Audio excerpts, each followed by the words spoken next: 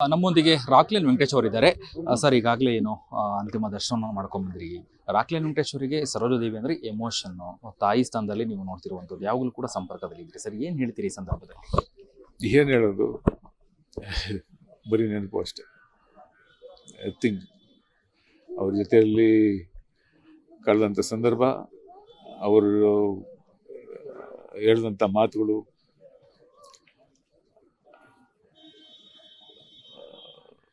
ಅವರ ಒಂದು ಪ್ರೀತಿ, ವಿಶ್ವಾಸದಲ್ಲಿ ಯಾವಾಗಲೂ ತಿಂಗಳಿಗೆ ಒಂದು ಸರಿ ಆದರೂ ಅವ್ರ ಜೊತೆಯಲ್ಲಿ ಮಾತಾಡಬೇಕು, ಮನೆಗೆ ಬರಬೇಕು, ಊಟ ಮಾಡಬೇಕು. ಈ ಥರ ಎಷ್ಟೋ ವರ್ಷಗಳಿಂದ ನಡ್ಕೊಂಡ್ಬರ್ತಾ ಇತ್ತು.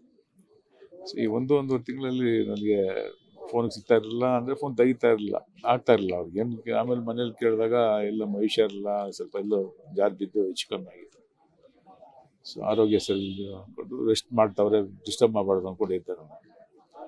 ಈ ಒಂದು ವಾರದಲ್ಲಿ ತುಂಬಾ ಕಾಡ್ತಾ ಇತ್ತು ನನಗೆ. ಎಲ್ಲ ಅಮ್ಮನ ನೋಡಬೇಕು, ಮಾತಾಡಬೇಕು ಅಂತ. ನಾನು ಯಾವತ್ತೂ ಹಂಗೆ ಆಗಿರಲಿಲ್ಲ, ಮಾತಾಡಲೇಬೇಕು ಅಂತ. ಸರಿ, ಯಾವ ಫೋನ್ ತೆಗಿಲ್ವಲ್ಲ ಅಂದ್ಬಿಟ್ಟು ಮೊನ್ನೆ 3-4 ಡೇಸ್ ಬಿಫೋರ್ ಫೋನ್ ಮಾಡಿದೆ. ಫೋನ್ ಮಾಡಿದಾಗ ಅಮ್ಮ ಫೋನ್ ತೆಗ್ದಿಲ್ಲ. ಆಮೇಲೆ ಪಾಪ ಅವ್ರ ಮನೆಯವ್ರು ತೊಂದರೆ ಕೊಡೋದು ಬೇಡ, ಸರಿ ತಡೆಯೋಕ್ಕಾಗದೆ ಹಿಂದಕ್ಕೆ ಫೋನ್ ಮಾಡಿದೆ. ಅಮ್ಮ, ಈ ಥರ ನಾನು ಅಮ್ಮನ ನೋಡಬೇಕು, ಮಾತಾಡ್ಬೇಕಲ್ಲಮ್ಮ, ಫೋನ್ ತೆಗಿತಾ ಇಲ್ಲ. ಇಲ್ಲ ಅಂಕಲ್, ನಾನು ಔಟ್ ಆಫ್ ಕಂಟ್ರಿ ಇದ್ದೀನಿ, ಸೋಮವಾರ ಬರ್ತೀನಿ. ನಾನು ಸೋಮವಾರ ಬಂದ ತಕ್ಷಣ ನಾನು ನಿಮಗೆ ಫೋನಲ್ಲಿ ಮಾತಾಡಿಸ್ತೀನಿ, ನೀವು ಮೀಟ್ ಮಾಡಿ ಬನ್ನಿ ನೀವು. ಸರಿ ಅಮ್ಮ, ಆಯಿತು. ಆಮೇಲೆ ಬೆಳಿಗ್ಗೆ ಯಾರೋ ಫೋನ್ ಅಟೆಂಡ್ ಮಾಡ್ತಾ ಇದ್ದೆ, ಅವ್ರ ಯಜಮಾನ್ರು ಫೋನ್ ಮಾಡಿದ್ರು, ಹಿಂದೂ ಯಜಮಾನ್. ಅವಾಗ ಅನಿಸ್ತು, ಫೋನ್ ಮಾಡಿದ್ದಾರೆ ಅಂದರೆ ಎಷ್ಟೋ ತಿಂಗಳುಗಳಾಗೋಗಿತ್ತು ಮೀಟ್ ಮಾಡಿ ನೋಡಿ. ಅವ್ರು ಬಂದರೆ ಡೆಫಿನೆಟಾಗಿ 2-3 ಅವರ್ ಊಟ ಮಾಡಿಸ್ದೆ ಬಿಡಲ್ಲ, ಜೊತೆಲಿಟ್ಟು ಮಾತಾಡಿಸಿ ಸಂತೋಷದಿಂದ ಅವ್ರೇನೋ ಮಾತಾಡ್ಕೊಂಡು ಸಿನಿಮಾ ವಿಷಯನೇ ಮಾತಾಡ್ಕೊಂಡು ಇವತ್ತು ಅಮ್ಮನ ಜೊತೆ ಮಾತಾಡೋವಂಥ ಒಂದು ಸಂದರ್ಭ ಸಿಕ್ಕಿದೆ ಅಂತ ಖುಷಿಯಾಗಿ ನಾನು ಅವರು ಫೋನ್ ಅಂದ್ಕೊಂಡಿದ್ದ ಇಷ್ಟು ಓಡ್ತಾ ಇದ್ದು ಮೈಂಡಲ್ಲಿ.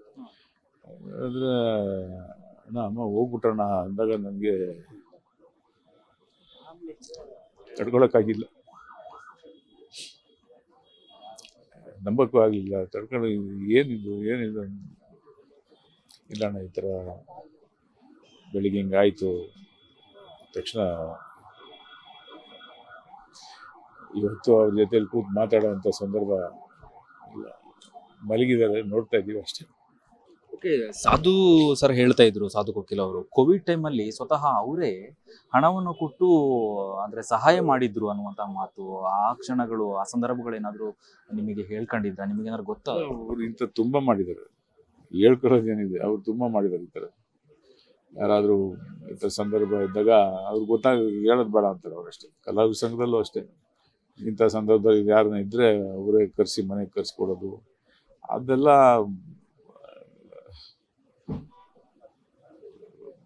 ಹೇಳ್ಕೊಳ್ಳೋದಲ್ಲ, ಅದಲ್ವಾ.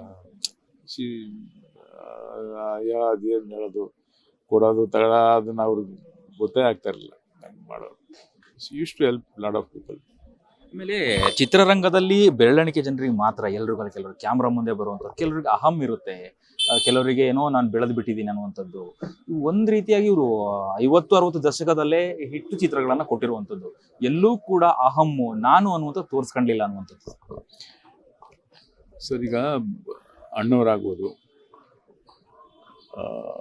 ವಿಷ್ಣು ಸರ್ ಆಗ್ಬೋದು, ಅಂಬರೀಷ್ ಅವ್ರು ಆಗ್ಬೋದು, ಶಂಕರ್ ನಾಗ್ ಅವ್ರು ಆಗ್ಬೋದು, ಅಮ್ಮ ಆಗ್ಬೋದು, ಈ ಥರ ಎಷ್ಟೋ ಜನ ಇದ್ದಾರೆ. ಇನ್ನೂ ಏನು ಬೇಜಾರು ಅಂದರೆ ಇದರಲ್ಲಿ ಎಷ್ಟೋ ಜನ ಕಳ್ಕೊತಾ ಇದ್ದೀವಿ ನಾವು.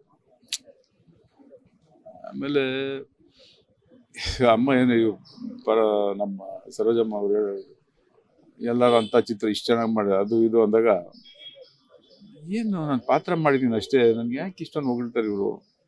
ನೀವು ಹೇಳೋದಲ್ಲ, ಒಂದು ಪಿಕ್ಚರ್ ಮಾಡಿದ ತಕ್ಷಣ ಹಂಗಾಗ್ಬಿಡ್ತಾರೆ. ಇವ್ರು ನಾನು ಅಷ್ಟು ದೊಡ್ಡ ನಟಿ ಅಂತ ಅವ್ರಿಗೆ ಗೊತ್ತಿಲ್ಲ, ಅಣ್ಣವ್ರು ಹೇಳೋದು. ನಾನು ಏನಕ್ಕೆ ಇಷ್ಟೊಂದು ಇದು ಮಾಡ್ತಾರೆ ಇವರು ಅಂತ ಅವ್ರಿಗೆ ಹೇಳ್ತಾರಲ್ಲ, ತಲೆ ಹೋಗ್ಬಿಡುತ್ತೆ ಅಂತ ಹೇಳ್ತಾರಲ್ಲ. ಹಿಟ್ ಅನ್ನೋದು ಒಂದು ದೊಡ್ಡ ಸ್ಥಾನಮಾನ ಪಡೆದಾಗ ತಲೆಗೆ ಹೋಗ್ಬಿಡುತ್ತೆ ಅಂತ ಇವ್ರಿಗೆ ಗೊತ್ತೇ ಇಲ್ಲ ಅಂತ. ನನಗೆ ಅದೇನು ಗೊತ್ತಿಲ್ಲ ನನಗೆ ಅಂತ. ನಾನು ಕಲಾವಿದ ಅಷ್ಟೇ, ನನಗೆ ಭಗವಂತ ಒಳ್ಳೆ ಸ್ಥಾನಮಾನ ಕೊಟ್ಟ, ನನ್ನ ಕೈಲಾದಷ್ಟು ನಾನು ಯಾರ್ಯಾರಿಗೆ ಒಳ್ಳೇದು ಮಾಡಬೇಕು ಅಷ್ಟೇ ನನಗೆ ಗೊತ್ತಿರೋದು. ಸಿಂಪಲ್ಲು, ಆಮೇಲೆ ಶಿಸ್ತಿನ ಸಿಪಾಯಿ, ಸಮಯಕ್ಕೆ ಹೆಚ್ಚು ಒತ್ತು ಕೊಡ್ತಾ ಇದ್ರು ಅನ್ನುವಂಥದ್ದು ಸರ್. ನಮ್ಮ ಚಿತ್ರೀಕರಣಕ್ಕೆ ಅವತ್ತು ಅಂದರೆ ಕಾಸ್ಟ್ಯೂಮ್ ಆಗ್ಬೋದು, ನೀವೇನು ಖರ್ಚು ಮಾಡಬೇಡಿ, ನಾನೇ ಎಲ್ಲ ಕಾಸ್ಟ್ಯೂಮ್ ಬಟ್ಟೆ ಡೈರೆಕ್ಟ್ ಹೆಂಗೆ ಬೇಕು ನನ್ನ ಹತ್ರ ಎಲ್ಲ ಬಟ್ಟೆ ಇದೆ, ಒಡವೆ ಇದೆ, ನಾನು ಹಾಕೊಂಡ್ಬಿಡ್ತೀನಿ, ನೀವೇನು ತರಬೇಡಿ, ಸುಮ್ಮನೆ ರೀ ನೀವು ಅಂತೇಳಿ. ಅದು ಮೋಸ್ಟ್ಲಿ ಮೇಕಪ್ಪು ಎಲ್ಲ ಅವರು ಕಾಸ್ಟ್ಯೂಮ್ ಎಲ್ಲ ಹಾಕೊಂಬರೋದಕ್ಕೆ ಒಂದು ಹಾಫ್ ಆನ್ ಅವರ್ ಹತ್ರ ಲೇಟ್ ಆಯಿತು. ಇಡೀ ಯೂನಿಟ್ಗೆ ಕ್ಷಮೆ ಕೇಳೋದು, ಇಡೀ ಯೂನಿಟ್ ಕ್ಷಮೆ ಕೇಳೋದು. ನಾನು ಇರಲಿಲ್ಲ, ಮಧ್ಯಾಹ್ನ ಊಟ ಟೈಮ್ಗೆ ಹೋದಾಗ ನಿಮ್ಗೆ ಇವತ್ತು ಸ್ವಲ್ಪ ತೊಂದರೆ ಕೊಟ್ಟೆ ನಾನು. ಯಾಕಮ್ಮ ಏನಾಯ್ತಮ್ಮ? ನನಗೇನಾಗಿಲ್ಲ, ಅರ್ಧ ಗಂಟೆ ಲೇಟ್ ಆಗೋಯ್ತು, ನಿಮ್ಮ ಶೂಟಿಂಗು ಎಷ್ಟು ನಷ್ಟ ಆಯ್ತು ಪಾಪ ನಿಮಗೆ. ಅಮ್ಮ ಯಾಕಮ್ಮ ಹಿಂಗೆ ಮಾತಾಡ್ತೀರಾ? ಆ ಥರ ಏನಾಗಿಲ್ಲ, ನೀವೇನು ಮನ್ಸಿಗೆ ಮೆಚ್ಕೋಬೇಡಿ, ಅದನ್ನು ಆ ಥರ ಏನಿಲ್ಲಮ್ಮ, ನೀವು ಚಿತ್ರಕ್ಕೆ ಏನು ಬೇಕೋ ಅದಕ್ಕೆ ಮೇಕಪ್ ಮಾಡಿಕೊಂಡು ರೆಡಿ ಆಗ್ತಾನೆಮ್ಮ, ಅದೇನಿಲ್ಲ. ಸೊ ಆ ಥರ ಫೀಲ್ ಮಾಡೋರು ಅವರೆಲ್ಲ. ಇದು ನಾನು ಹೇಳಿದ್ನಲ್ಲ, ಈಗ ಒಬ್ಬೊಬ್ಬರು ಕಲಾವಿದರು ಒಂದೊಂಥರ. We can't compare or we should not refer also. Sir, ನೀವು ಅನೇಕ ಹಿಟ್ ಚಿತ್ರಗಳನ್ನ ಕೊಟ್ಟಿದ್ದೀರಿ. ನಿಮ್ಮೊಂದಿಗೆ ಸಂಭಾಷಣೆ ಮಾಡುವಾಗ ಇವತ್ತಿನ ಒಂದು ಚಿತ್ರರಂಗದಲ್ಲಿ ಯಾವ ಸಿನಿಮಾದ ಬಗ್ಗೆ, ನಟ ನಟಿಯರ ಬಗ್ಗೆ ಚರ್ಚೆ ಮಾಡ್ತಾ ಇದ್ರು, ಅಥವಾ ಹೀಗಾಗಬೇಕಾಗಿತ್ತು, ಹಿಂಗೆ ಮಾಡಿದ್ರೆ ಚೆನ್ನಾಗಿರೋದು ನಮ್ಮ ಚಿತ್ರರಂಗ ಅನ್ನುವಂಥದ್ದು, ಅದ್ರ ಬಗ್ಗೆ ಸರ್ ಚರ್ಚೆ? ಅಂದರೆ ಎಲ್ಲರಿಗೂ ಹೇಳೋರು ಅವರು, ಕನ್ನಡ ಚಿತ್ರರಂಗದಲ್ಲಿ ಬೆಳಿಬೇಕಾದಂಥ ಎಲ್ಲ ಕಲಾವಿದರಿಗೂ, ಕಲಾವಿದ ಸಂಘಕ್ಕೆ ಬರೋರೆಲ್ಲ ಹೊಸಬ್ರಿಂದ ಹೇಳಿ ಎಲ್ಲರೂ ಬರೋರು, ಎಲ್ರಿಗೂ ಹೇಳೋರು ನೀವು ಬೆಳಿಬೇಕು, ಚಿತ್ರರಂಗನ ಬೆಳೆಸಬೇಕು, ಚಿತ್ರರಂಗದಲ್ಲಿ ನೀವು ಇನ್ನೂ ನೂರಾರು ಚಿತ್ರಗಳು ಮಾಡಬೇಕು ಅಂತ ಎಲ್ರಿಗೂ ಹೇಳೋರು, ಬಾಯಿ ತುಂಬ ಮಾತಾಡಿ ಹರಿಸೋರು. ಆಮೇಲೆ ಕ್ಯಾಮ್ರಾ ಮುಂದೆ ಬಣ್ಣ ಹಚ್ಚಿ ಬಂದಾಗ ಸಾಕ್ಷಾತ್ ದೇವಿನ ರೀತಿಯಲ್ಲಿ, ಅಂದರೆ ಅಲಂಕಾರ ಪ್ರಿಯೆ, of the record, on record, ಅದ್ರ ಬಗ್ಗೆ ಸರ್ ಅಲಂಕಾರ? ಅವ್ರು ಯಾವಾಗಲೂ ಒಂದೇ ಮಾತಲ್ಲಿ ಹೇಳ್ಬೇಕಂದ್ರೆ ಶಿ ಇಸ್ ಬಾರ್ನ್ ಬ್ಯೂಟಿ. ಭಗವಂತ ಅವ್ರನ್ನ ಆ ಥರ ಒಂದು ಅಂದವಾಗಿರ್ಬೇಕು. ಅದು ಕೆಲವ್ರಿಗೆ ಗಾಡ್ ಗಿಫ್ಟ್ ಅಂತೀವಿ ನಾವು, ಇನ್ನೇನು ಹೇಳೋಕ್ಕಾಗಲ್ಲ ಅಷ್ಟೇ.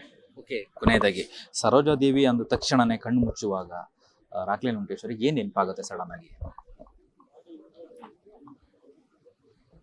ತುಂಬ ನೆನಪು ಆಗುತ್ತೆ, ಯಾಕಂದರೆ ಎಲ್ಲ ಒಂದ್ಸರಿ ಎರಡು ಸರಿ ಮೀಟ್ ಆಗಿದ್ದಲ್ಲ. ನನಗೆ ಗೊತ್ತಿರೋಂಗೆ ಒಂದು 15 ವರ್ಷದ ಮೇಲಿಂದ ಅಷ್ಟು ಆತ್ಮೀಯತೆಯಿಂದ ಅವರು ನನಗೆ ಸ್ಥಾನಮಾನ ಕೊಟ್ಟವರು. ಈಗ ನಮ್ಮನ್ನು ನಾವು ಹುಡ್ಕೊಂಡೋಗಿ ನೋಡಬೇಕು ಅನ್ನೋದಲ್ಲ, ಅವರು ನಮ್ಮನ್ನು ಕರೀತಾರಲ್ಲ, ಆದರೂ ಅಂಥ ಹೆಸರಾಂತ ಕಲಾವಿದೆ ಆಗ್ಬೋದು, ಅಂಥ ಒಂದು ಸ್ಥಾನಮಾನ ಪಡೆದಂಥ ಒಂದು ತುಂಬ ಒಳ್ಳೆ ಹೆಂಗಸು ನಮ್ಮನ್ನು ಕರೆದು ಊಟ ಮಾಡಬೇಕು, ಜೊತೆಯಲ್ಲಿ ನಮ್ಮ ಜೊತೆಯಲ್ಲಿ 2 ಅವರ್ ಮಾತಾಡ್ಕೊಂಡು ಇರಬೇಕು ಅನ್ನೋದನ್ನು ಅವರ ದೊಡ್ಡ ಗುಣ ಅದು. ನಾನು ಅದನ್ನೇ ಅನ್ಕೋತೀನಿ, ಯಾವುದೋ ನಮ್ಮ ತಾಯಿ ತಂದೆ ಮಾಡಿದ ಪುಣ್ಯನೋ, ಯಾವ ಜನ್ಮದಲ್ಲಿ ಏನು ನಾವು ಈ ಅದೃಷ್ಟ ಮಾಡಿದೆವು, ಜೊತೆಲೆಲ್ಲ